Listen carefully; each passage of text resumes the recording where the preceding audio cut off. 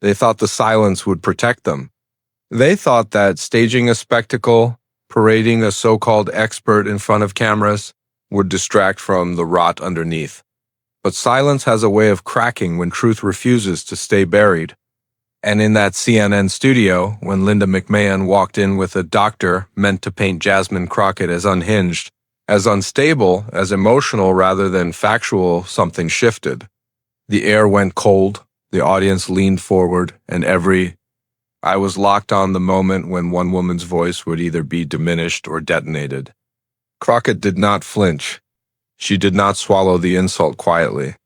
She sharpened it, held it up for everyone to see, and turned it back on the very system that thought it could humiliate her.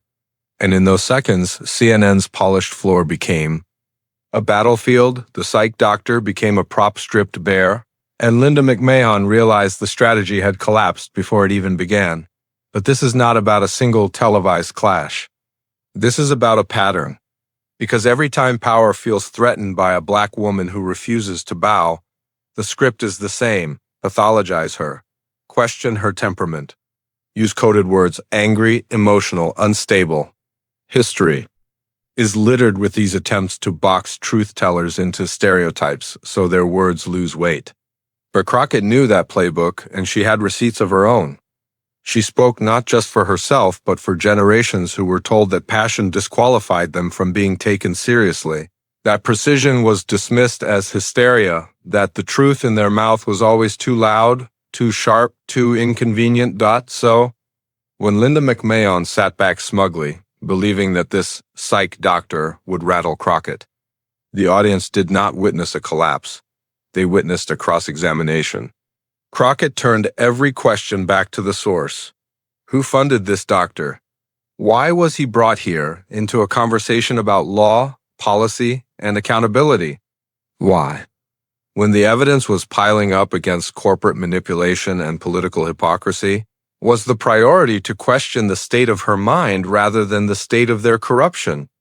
The silence that followed wasn't hesitation. It was the sound of a narrative breaking apart on live television. And CNN, so used to controlling the tempo, could not contain what unfolded. Crockett refused to be interrupted. Her cadence slowed. When she needed it to, cut like glass when the moment required. She looked at the so-called expert and asked, "Have you evaluated me? Have you examined me? Or are you here to examine the threat that truth poses to people in power?" No teleprompter could save them. No prep session could disguise that this was an ambush, and the ambush backfired. What shocked CNN wasn't just Crockett's defiance. It was the precision of her response. Because behind her words were layers of evidence, the long history of discrediting women in politics through pseudoscience. The endless panels that platform men to analyze women's tone instead of their testimony.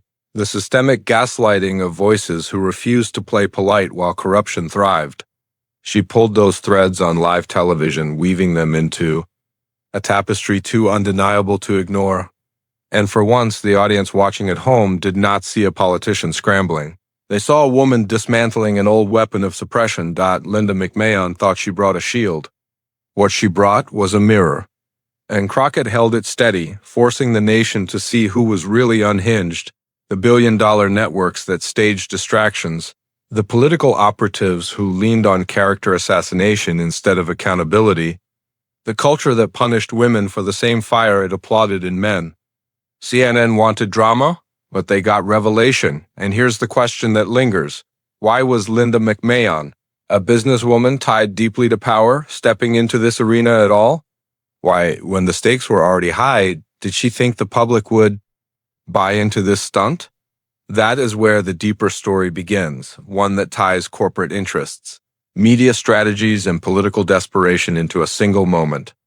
Because Crockett's clash with the psych doctor was not spontaneous, it was staged. And if it was staged, then someone paid for that stage. The fingerprints of money, power, and manipulation were all over it. And Crockett, instead of being cornered, started pulling those fingerprints into the light. It is one thing to debate policy. It is another to weaponize science against a woman whose only crime was refusing to look away from corruption. That is why her words carried the weight they did. Because behind every syllable was not just anger, it was clarity. She understood the game, she had studied its rules, and she chose in that moment to rip them apart. CNN did not just broadcast a debate. They broadcast the unraveling of a tactic used for decades to keep people in their place and in homes across America, in living rooms where viewers had grown numb to political theater. Something cut through. They saw the trap, they saw the arrogance, and they saw Crockett do what so few managed to do, not survive the ambush, but flip it entirely. Linda McMahon thought she was staging Crockett's exposure. Instead, she exposed the machinery itself, the billion-dollar machine that disguises oppression as analysis, humiliation as journalism, spectacle as truth. And here is where the story sharpens. Crockett wasn't just defending herself. She was building a case, live in front of millions, about how media and money collude to silence dissent. Her composure wasn't about ego, it was about legacy. Because when she pushed back, she wasn't just pushing for herself, she was pushing for every voice that had been dismissed as too much.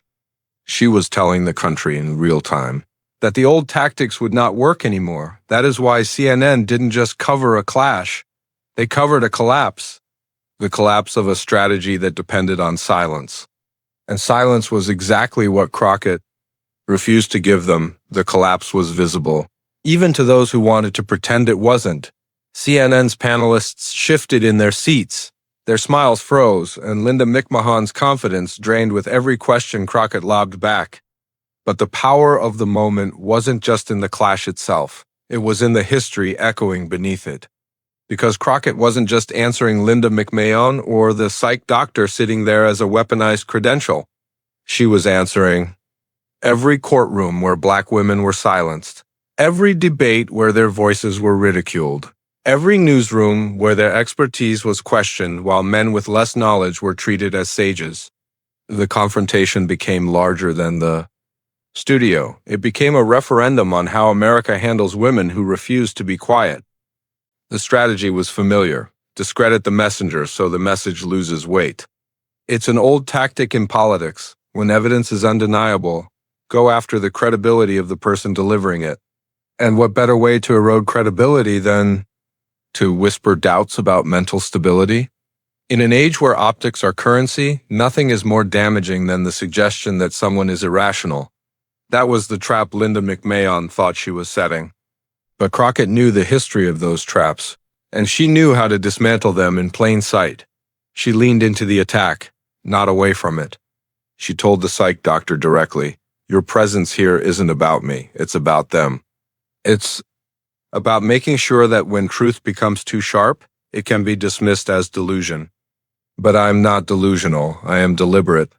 And you're proving my point just by being here." Silence. Not the silence of victory, but the silence of exposure. Because suddenly the spectacle revealed itself as desperation. CNN, the network that claimed neutrality, had allowed its stage to become a theater of humiliation, and it backfired spectacularly. And yet, Crockett didn't stop with the insult. She pivoted. She turned the moment into a larger indictment of power itself. She spoke about the billions funneled quietly through contracts, about corporate executives who shape legislation in the shadows, about how distraction becomes a weapon to keep people from following the money. She connected Linda McMahon's presence not to concern for public discourse, but to the machinery of influence, the corporations tied to her, the political dynasties she stood beside, the financial networks that would benefit if Crockett's voice was silenced. This is what CNN never anticipated. They thought the story would be Crockett unraveling under pressure. Instead, the story became Crockett unraveling the system on live television. And every word was measured. Every syllable carried the weight of someone who knew she wasn't just speaking for herself. She was speaking for anyone who had ever been told their voice didn't matter. But here's what cut even deeper. Crockett didn't just defend. She attacked the roots of the spectacle itself. She asked why a psych doctor was brought into a political debate instead of an economist, instead of a constitutional scholar, instead of someone who could actually debate policy. Why psychiatry? Why pathologize dissent? And in that question, the whole strategy cracked open. Because the answer was obvious. They wanted to discredit, not to debate. They wanted to mock, not to engage. And once that was exposed, every viewer at home could see a two-dot. Linda McMahon shifted in her chair. Her smirk faded. She realized that the tactic, instead of silencing Crockett, had amplified her. What was meant to be a humiliating moment became a defining one. And CNN's cameras, designed to capture drama, had captured something much bigger. The moment when old tools of suppression stopped working, the psych doctor, who entered the studio with the quiet authority of credentials, suddenly looked small. Because Crockett did what few dare to do, she challenged the very legitimacy of his role in the conversation. She reminded him and the country that credentials mean nothing when they are weaponized for propaganda, that authority becomes illegitimate when it serves corruption instead of truth, and in that instant his silence spoke louder than anything he could have said. But Crockett wasn't finished. She widened the lens. She spoke about the media's complicity in manufacturing distractions. She reminded viewers that while CNN was staging this clash, millions of dollars were being funneled through corporate loopholes. Contracts were being signed that would never be scrutinized, and communities were still waiting for resources that had been promised but never delivered. She made it clear the real instability wasn't in her, it was in the system itself. A system that could not tolerate accountability without trying to discredit the person demanding it. And here lies the deeper shock. CNN's producers knew they had lost control of the narrative. They wanted a spectacle they could package into, a viral clip, a segment they could spin as entertainment. Instead, they got a masterclass in resistance. Crockett's words weren't entertainment, they were indictment. An indictment cannot be contained in a 30-second soundbite. It lingers, it spreads, it unsettles. And it forces people to ask the one question the powerful fear most. Why? Why was Linda McMahon here? Why was a psych doctor brought to a political stage? Why does the media allow these theatrics to eclipse the real issues? Those questions are dangerous because they point back to power, back to money, back to the very people staging the distractions. And Crockett knew that. She wasn't just defending herself, she was pulling back the curtain. And once a curtain is pulled back, you can never look at the stage the same way again. In that moment, something irreversible happened. The narrative shifted. Crockett was no longer just a participant in the debate. She became the debate itself. And CNN, Linda McMahon, and the so-called psych doctor were left scrambling in the ruins of their own strategy. What they had hoped would be her unraveling became their unmasking, and the country noticed. Social media lit up not with mockery of Crockett, but with outrage at the stunt itself. Hashtags trended not because people doubted her, but because they saw through the charade. And in that digital echo, the power of the moment multiplied. Because Crockett's response wasn't just broadcast on CNN, it was clipped, shared, replayed, dissected until the whole world could see. How a staged ambush turned into an unexpected reckoning. This is the power of truth when it collides. With spectacle, it doesn't just defend, it detonates. It doesn't just respond, it redefines. And that is what made Crockett's response historic. Not just that she stood her ground, but that she turned their weapon into evidence. Evidence of how power tries to silence dissent. Evidence of how media enables it. Evidence of how corporate figures like Linda McMahon are willing to stage humiliation when their interests are threatened. And that is where the story deepens. Because this wasn't just about one clash. It was about a pattern that stretches across decades, across institutions, across every place where truth becomes too inconvenient. And Crockett, standing in that studio, forced the country to confront that pattern in real time. The question is not whether CNN recovered from that moment. The question is whether America did. The aftershocks were immediate.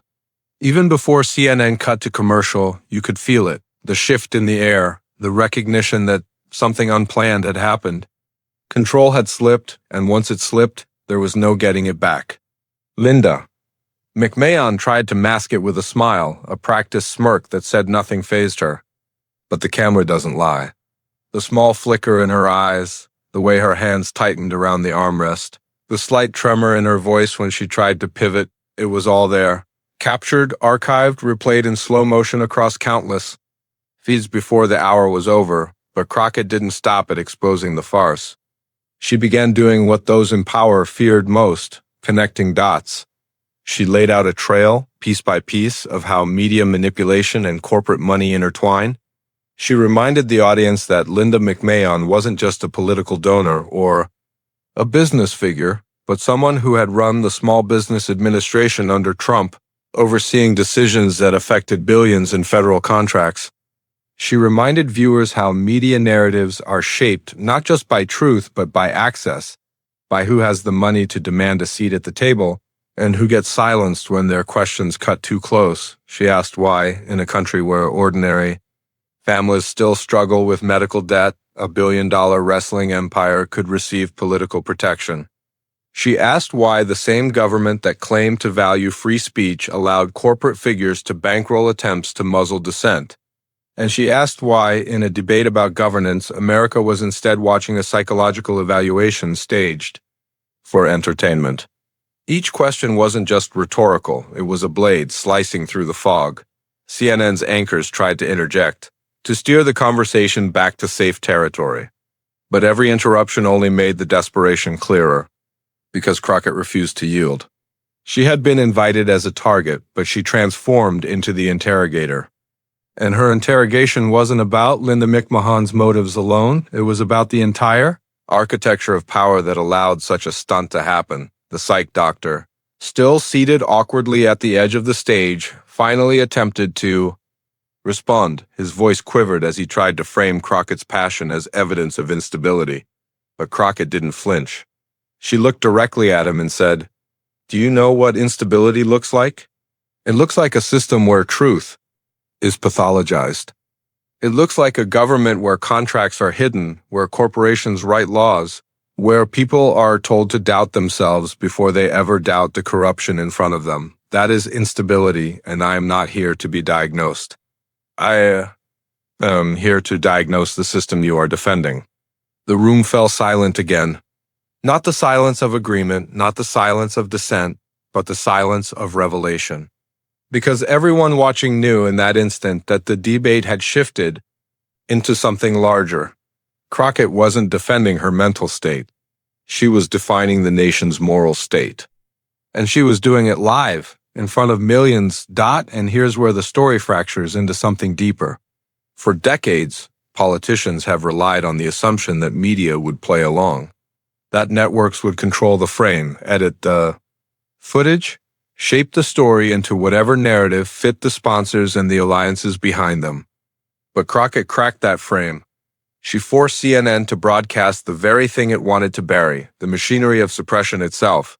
And once exposed, it couldn't be unexposed. Viewers at home weren't just entertained. They were awakened. They saw how quickly power resorts to humiliation when it can't win on facts.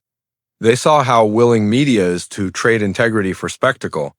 And they saw how a single voice armed with truth and clarity could dismantle an entire stage designed to contain her.